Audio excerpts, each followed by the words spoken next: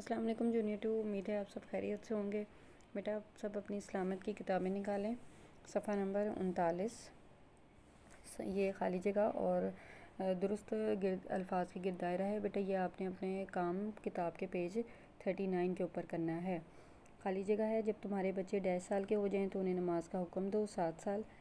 और मेरी याद के लिए डैश कायम करो। नमाज के बगैर डैश मुकम्मल नहीं होता। दीन नमाज दीन इस्लाम का डैश अहम तरीन रुकन है। दूसरा अगला सवाल है, दुरुस्त जवाब के गिर्द दायरा लगाएं। नमाज किस तरफ मुँह करके पढ़ी जाती है? खाना काबा, बैतुल मुक़द्दस, मस्जिद नबी। जवाब है खाना काबा।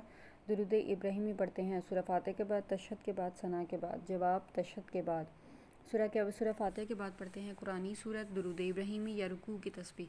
जवाब है कुरानी सूरत। रुकू करते वक्त नज़र रखते हैं सामने की तरफ, आसमान की तरफ, दोनों पाँवों की तरफ। बेटा ये काम आपने अपनी किताब पर लिखना है और इसको याद करना है। ये एक सरगर्मी भी मैंने आपको दी है, आपके बुकलेट में भी दी है और आपकी किताब पर भी है। बेटा ये आपने नमाज के तरीक़ों को जो है नंबर वाइज जो है सीक्वेंस के हिसाब से नंबर इसमें पुट करना है कि कौन सा जो है वो पहले नमाज का तरीक़ा आता है। उसके बाद चलते हैं हम अपने बुकलेट की तरफ, जिसमें मैंने आपको वज़ू के सवालात दिए गए हैं जो आपने ज़ुबानी याद करने हैं। पहला सवाल है, नमाज़ पढ़ने से पहले क्या करते हैं? जवाब वज़ू करते हैं। वज़ू में कितनी मरतबा कुल्ली की जाती है? 3 मरतबा। वज़ू में सर का मसा कितनी मरतबा किया जाता है? 1 मरतबा। वज़ू करते वक्त किस हाथ से नाक में पानी डालते हैं? दाएँ हाथ से। वज़ू करना क्यों ज़रूरी है? नमाज़ पढ़ने के लिए। वज़ू में पाँव कहाँ तक धोए जाते हैं? टखनों तक।